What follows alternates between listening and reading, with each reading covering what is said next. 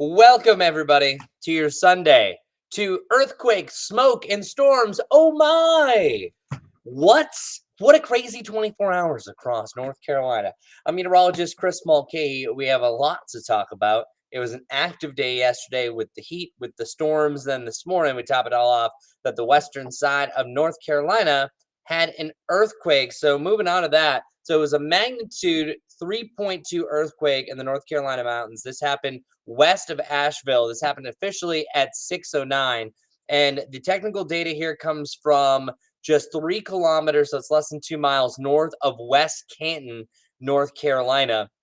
And how that equates everything about as far as the intensity goes, it could be felt, but it's nothing really major. So nothing as far as damage is expected from this, just really kind of a what was that start to the day for a lot of people. So that's the one thing that people are waking up to. And as far as the reports go, some people even felt it as far east as around Asheville. So this graphic that's about to pop up is showing just that about what the impacts were, what people were feeling across the area. So this is called the Community Internet Intensity Map, showing that at least a 2 to 3 was felt around Asheville. And this brings me back to 2020 when there was, I think, a 4.4 in Sparta, North Carolina. You can feel it as far south as Rock Hill. Pretty crazy. Joy says you don't expect earthquakes in North Carolina. They happen more than you think.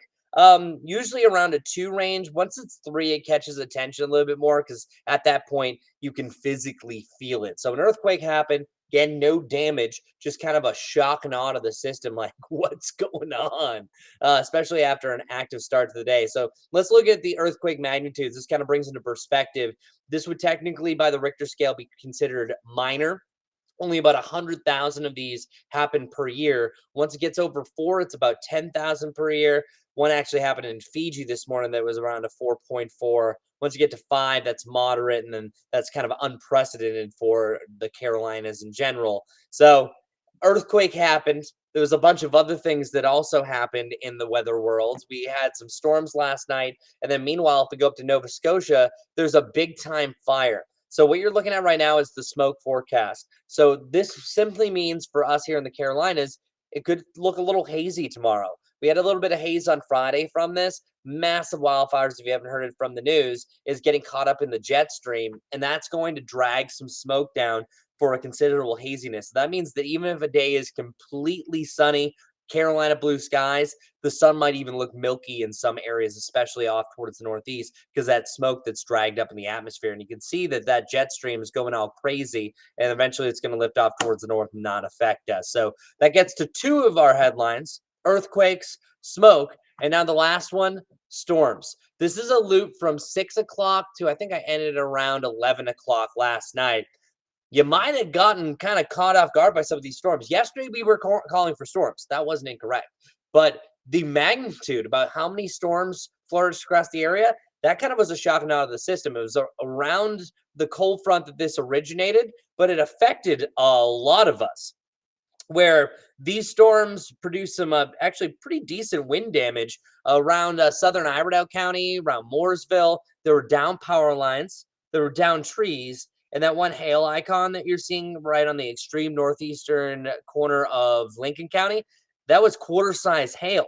So that first storm that rolled through and eventually it reached Gaston County, I think was a beast. That was a monster. So trees down, power lines down, as I mentioned. A lot of this is being cleaned up now, but what a line of storms, and pretty much everyone had some sort of rain. Only exception is far southeastern and northwestern side of our viewing area. But if you're watching anywhere from Statesville over to Gaston County to Concord, Charlotte, we all saw the storms last night, and no storms today. That's the good news. But also, finally, we hit 90 degrees. Well, 91 specifically, which, by the way, is the hottest average high temperature that we have during the middle of July. So this was more of a July day compared to June, but we finally did it. It's usually May 20th that we have our first 90-degree day. This is the 36th latest that our first 90-degree day has ever been hit in Charlotte. 36th latest, and that's out of 144 years. So it's rarer than not for us to be this hot this late. And now we'll be back to June as usual here going forward. So a hot day yesterday, but it's also a crazy roller coaster. 91 turning out to 44 today. So up and down we go. Yesterday was the hottest day of the week. Well, actually, today is the coolest day. So, what a difference the weekend makes. I'm moving on to tomorrow. I'm not going to take up too much of your time. There's a lot to talk about, but I'm pretty much going to hit all the bullet points here. Tomorrow, I'm focusing on because that's our next round of storms. So, it completes our earthquake, smoke, and storms edition here at WCNC Charlotte. The storms that we're seeing tomorrow could have a similar setup. We don't necessarily have the same front, but I think one storm could turn to two to four, where they turn into multi-cluster thunderstorms. That is going to happen, I think, starting in the foothills, works its way from northwest to southeast this time. Just be aware that this is going to be happening, I think, late afternoon, heading into the evening, especially for the evening. So here's what it looks like for your Monday. Today, by the way, starting off cloudy.